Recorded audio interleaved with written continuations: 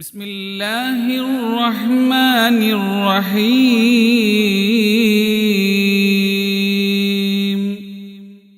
ഫർളാണ് റമളാൻ നോമ്പ് എന്ന് നീ അറിയണേ, ഒഴിവാക്കുന്നതും വൻ കുറ്റമാണെന്നോർക്കണേ. റമളാന്റെ ശ്രേഷ്ഠത നീ അറിഞ്ഞാൽ പിന്നെ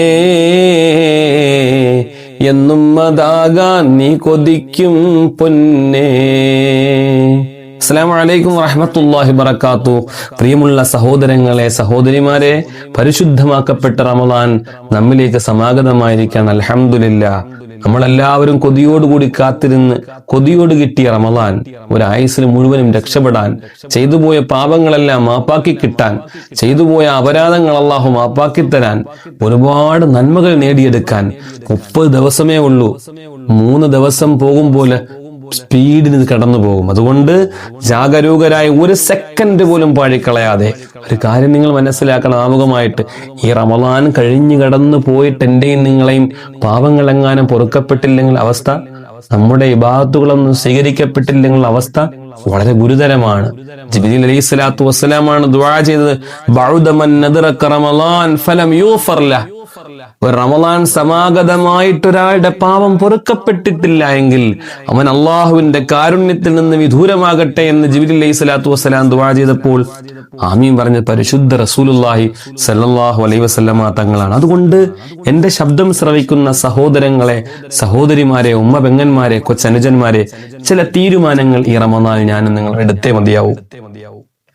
ഇത് വലിയ പ്രഭാഷണം നടത്താനോ അല്ലെങ്കിൽ പ്രസംഗത്തിന്റെ ഒരു മാറ്റുകൂട്ടാൻ വേണ്ടി ഒന്നും പറയാൻ വേണ്ടി വന്നതല്ല കേട്ടാ. എന്റെ കൽബിലുള്ള ചില കാര്യങ്ങൾ നിങ്ങളിലേക്ക് പങ്കുവയ്ക്കാൻ വേണ്ടി വന്നതാണ്. എനിക്കും ഉപകാരപ്പെടണം, ആദ്യം എന്റെ നഫ്സിനോടും പിന്നെ നിങ്ങളോടും. അതുകൊണ്ട് ഒന്നാമതായിട്ട് 30 നോമ്പും പരിപൂർണമായിട്ട് നോറ്റ് വീഴണം എന്നൊരു ഉറച്ച ദൃഢനിശ്ചയം, അതിനുവേണ്ടിയുള്ള വലിയ തൗഫീഖ്, ഒന്നാമത്തെ തീരുമാനം അതാവണം. വിട്ടുവീഴ്ചയില്ല എന്റെ അകത്ത്. എങ്ങനെയാണ് നോമ്പ് നോൽക്കേണ്ടത്? അള്ളാഹുവിന് വേണ്ടി നോൽക്കുന്ന നോമ്പിൽ ആ നോമ്പ് പിടിച്ചുകൊണ്ട് പിന്നെ നിങ്ങളുടെ ഉപജീവന മാർഗം കഴിഞ്ഞാൽ പിന്നെ പള്ളിയുമായിട്ട് ബന്ധപ്പെട്ട് ഖുർആനുമായിട്ട് ബന്ധപ്പെട്ട് കഴിയണം നമ്മൾ.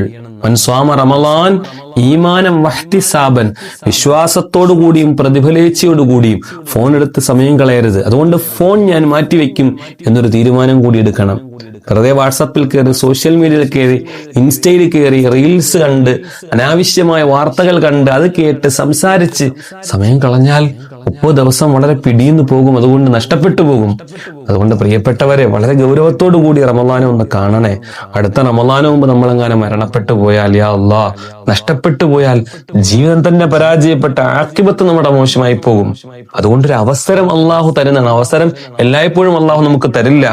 അതുകൊണ്ട് വളരെ പരിശ്രമത്തിൽ നിങ്ങൾ ഇത് മുന്നിലാവണം. ഞാൻ മറ്റുള്ള കാര്യങ്ങളെല്ലാം മാറ്റിവെച്ച് നിങ്ങളുടെ മുമ്പിൽ ഈ സംസാരവുമായി മുന്നിട്ട് വരുന്നത് ഒരു ഉപകാരം കിട്ടാൻ വേണ്ടിയാണ്.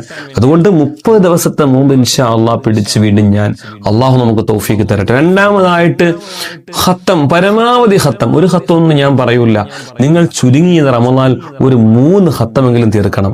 മഹാനായ ഇമാം ശാഫി റളിയല്ലാഹു അൻഹു റമളാൻ മാസം സമാഗതമായി കഴിഞ്ഞാൽ മറ്റുള്ള ഗ്രന്ഥങ്ങളെല്ലാം അടച്ചു വെക്കും.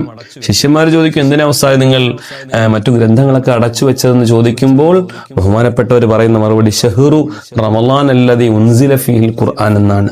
ഖുർആൻ ഇറക്കപ്പെട്ട മാസമാണ്. അപ്പൊ വേറെ ഒരു ജോലിയിലും ഞാൻ വ്യാപൃതനാവില്ല.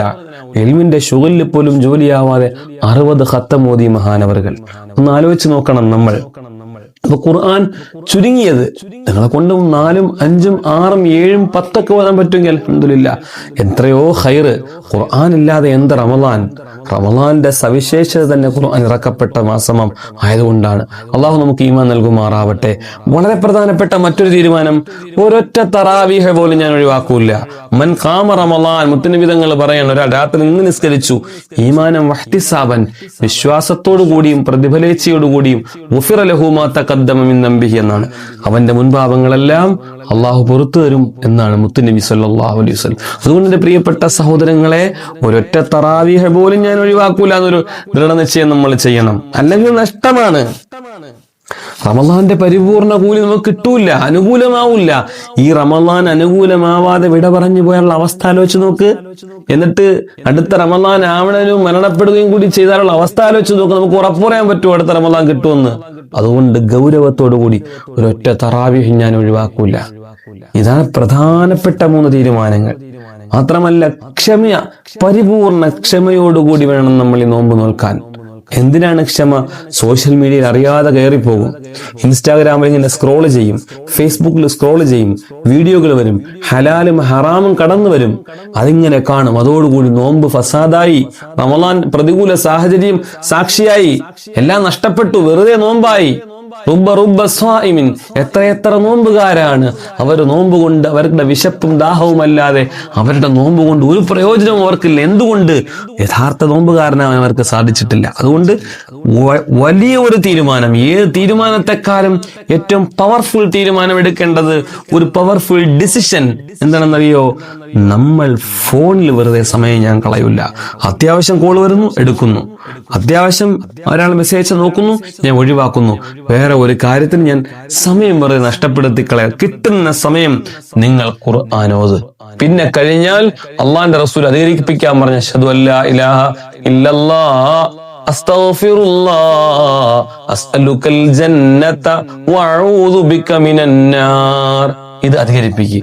ദിക്റും സ്വലാത്തും ഖുർആനും നിസ്കാരവും നോമ്പും നന്മകൾ മാത്രം, ഹറാമായ ചിന്തകൾക്ക് ഒരു സ്വാധീനവും ഇല്ലാത്ത, ഒരു സാഹചര്യവും ഇല്ലാത്ത നല്ല ഈമാനോടുകൂടി നമ്മൾ ഈ റമളാനെ വരവേറ്റ് വിട പറയുമ്പോൾ കണ്ണീരോടുകൂടി റമളാൻ അനുകൂല സാക്ഷിയായിട്ട് വിട പറയുന്ന നല്ല തീരുമാനങ്ങൾ, ആ എടുക്കുന്ന തീരുമാനങ്ങൾ ഒരു ബുക്കിൽ എഴുതി വെച്ച് അത് കൃത്യമായിട്ട് അതിനെ ഇമിറ്റേറ്റ് ചെയ്ത് പിന്തുടർന്ന് അതിനെ ഫോളോ ചെയ്ത് നമ്മൾ മുന്നോട്ട് പോകണം. അള്ളാഹു നമുക്ക് തൗഫീക്ക് നൽകുമാറാവട്ടെ. ഒരു തീരുമാനം നാവ് കൊണ്ട് അനാവശ്യമായി ഒരു സംസാരം നമ്മൾ സംസാരിക്കൂല എന്നൊരു തീരുമാനം എടുക്കണം. കടകമ്പോളങ്ങളിൽ പോയിരുന്നു, കൂട്ടുകാരന്മാരുമായിട്ട് വൈകുന്നേരമായപ്പോ ഒന്ന് ജോലി അടിച്ചു നിന്നു. അപ്പൊ സംസാരിച്ച മറ്റുള്ള ആളെ പറ്റി കുറ്റപ്പെടുത്തി. നോമ്പ് പോയി, നോമ്പിന്റെ കാമ്പ് പോയി, നോമ്പിന്റെ എല്ലാ ഫലങ്ങളും പോയി. അതുകൊണ്ട് ഗൗരവത്തിലൊന്നും എടുക്കണേ പ്രിയപ്പെട്ടവരെ, ദയവ് ചെയ്ത്. കാരണം നഷ്ടപ്പെടുത്തി കളയരുത്. കഴിഞ്ഞവണ എന്റെ പള്ളിയിൽ ഞാൻ ജോലി ചെയ്തുകൊണ്ടിരുന്നപ്പോ റമളാൻ 30 ദിവസവും എന്റെ കൂടെ ഉണ്ടായിരുന്ന ചെറുപ്പക്കാരൻ ഇന്ന് ഖബറിന്റെ ഉള്ളിലാണ്. അവന് 4 അടി മണ്ണിന്റെ ഉള്ളിലാണ്. ഞാൻ അതുകൊണ്ട് വേദനയോടുകൂടി നിങ്ങളോട് പറയാണ്, കിട്ടുന്ന അവസരങ്ങൾ അള്ളാഹുവിന് വേണ്ടി അങ്ങ് മാറ്റിവെക്കേണ്ട സമയങ്ങൾ അങ്ങോട്ട് മാറ്റിവെക്കണം. റമളാനിൽ ഒരാൾക്ക് നന്നാവാൻ കഴിഞ്ഞില്ലെങ്കിൽ പിന്നെ എന്ന് നന്നാവാനാണ്? ഒരൊറ്റ ജമാഅത്ത് നിസ്കാരം ഒഴിവാക്കി കളയരുത്. ഒരൊറ്റ ജമാഅത്ത് നിസ്കാരം ഒഴിവാക്കുക. അവ്വൽ വഖ്ത് ഫർളും സുന്നത്തും നിസ്കരിച്ച്, നിസ്കാരങ്ങളുടെ അകമ്പടിയോടുകൂടി വിത്തറും തഹജ്ജുദും നിസ്കരിച്ച് അങ്ങ് തുടങ്ങണം നമ്മൾ. എന്നിട്ട് അള്ളാഹുമായിട്ട് ലയിക്കണം നമ്മൾ. എന്ത് റാഹത്തായിരിക്കും, എന്ത് രസമായിരിക്കും, എന്ത് ആനന്ദമായിരിക്കും നമ്മുടെ ജീവിതം. അള്ളാഹു നമുക്ക് ഭാഗ്യം നൽകുമാറാവട്ടെ. ഇതൊക്കെ ഒരു തീരുമാനങ്ങളാക്കി എഴുതി, ഇത് ഞാൻ ചെയ്യും എന്നൊരു പേപ്പറിൽ എഴുതി, ആ ചെയ്യുന്ന കാര്യങ്ങൾ ടിക്കിട്ട്, ചെയ്യാത്ത കാര്യങ്ങളിലെല്ലാം പിന്നെ അത് പരിഹരിച്ച് മുന്നോട്ട് പോകണം. എന്നാൽ ഇൻഷാ അള്ളാഹ് ഈ